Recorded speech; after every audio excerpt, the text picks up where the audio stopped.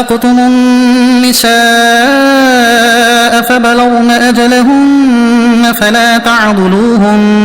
فلا تعضلوهن أن ينكحن أزواجهن إذا تراضوا بينهم بالمعروف ذلك يوعظ به من كان منكم يؤمن بالله واليوم الآخر ذلكم أزكى لكم وأطهر والله يعلم وأنتم لا تعلمون۔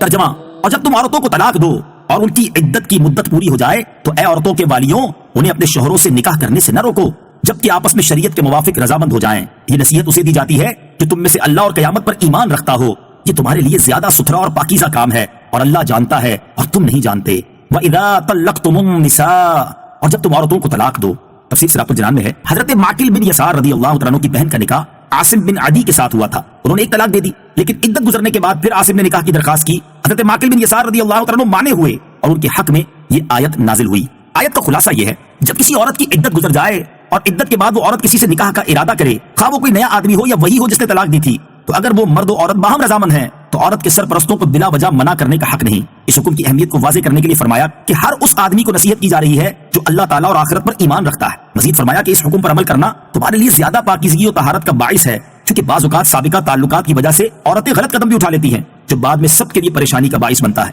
اس لیے عورتوں کو مزید نکاح سے بلا وجہ منع نہ کرو، تمہاری حقیقی حکمت و مصلحت کو تم نہیں جانتے، اللہ تعالیٰ جانتا ہے۔ یہ یاد رہے، اور اگر عورت غیر کفر میں بغیر اجازت ولی نکاح کرے تو وہاں اولیاء کا حق ہوتا ہے۔ تفصیل کے لیے بہار شریعت حصہ 7 میں کفر کا بیان مطالعہ کریں۔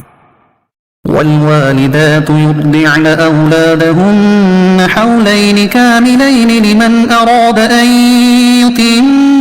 الرضاعة وعلى المولود له رزقهن وكسوتهن بالمعروف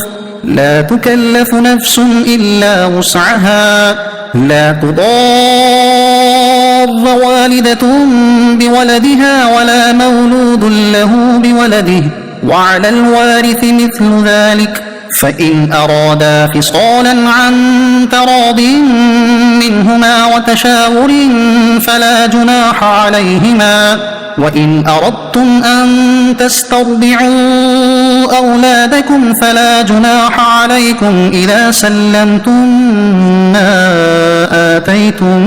بالمعروف واتقوا الله واعلموا أن الله بما تعملون بصير۔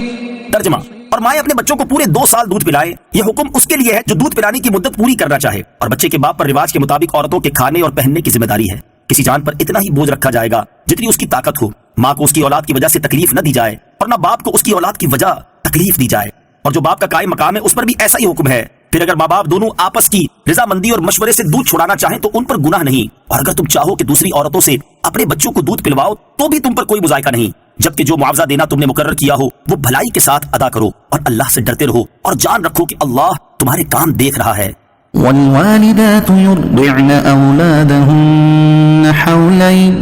اور مائیں اپنے بچوں کو پورے 2 سال دودھ پلائیں۔ تفسیر سراۃ الجنان میں ہے طلاق کے بیان کے بعد یہ سوال طبعاً سامنے آتا ہے کہ اگر طلاق والی عورت کی گود میں شیر خوار بچہ ہو تو اس کی جدائی کے بعد اس کی پرورش کا کیا طریقہ ہوگا؟ اس کے لیے حکمت کا تقاضا تھا کہ بچے کی پرورش کے متعلق ماں باپ پر جو احکام ہیں وہ اس موقع پر بیان کر دیے جائیں، لہٰذا یہاں ان مسائل کا بیان ہوا۔ آیت کا خلاصہ اور اس کی وضاحت یہ ہے کہ مائیں اپنے بچوں کو پورے 2 سال دودھ پلائیں۔ 2 سال مکمل کرانے کا حکم اس کے لیے ہے جو دودھ پلانے کی مدت پوری کرنا چاہے، کیونکہ 2 سال کے بعد بچے کو دودھ پلانا ناجائز ہوتا ہے، اگرچہ 2.5 سال تک دودھ پلانے سے حرمت رضاعت ثابت ہو جاتی ہے، اور اگر وہ میاں بیوی باہمی مشورے سے کسی اور سے بچے کو دودھ پلوانا چاہیں تو اس میں بھی کوئی حرج نہیں۔ البتہ اس صورت میں دودھ پلانے والی عورت کو اس کی اجرت صحیح طریقے سے ادا کی جائے گی، ماں کو اس کی اولاد کی وجہ سے تکلیف نہ دی جائے اور نہ باپ کو اس کی اولاد کی وجہ سے تکلیف دی جائے۔ ماں کو ضرر دینا یہ ہے کہ جس صورت میں اس پر دودھ پلانا ضروری نہیں اس میں اسے دودھ پلانے پر مجبور کیا جائے، اور باپ کو ضرر دینا یہ ہے کہ اس کی طاقت سے زیادہ اس پر ذمہ داری ڈالی جائے۔ یہ آیت کا یہ معنی ہے کہ نہ ماں بچے کو تکلیف دے اور نہ باپ۔ ماں کا بچے کو ضرر دینا یہ ہے کہ اس کو وقت پر دودھ نہ دے اور اس کی نگرانی نہ رکھے یا اپنے ساتھ مانوس کر لینے کے بعد چھوڑ دے، اور باپ کا بچے کو ضرر دینا یہ ہے کہ مانوس بچے کو ماں سے چھین لے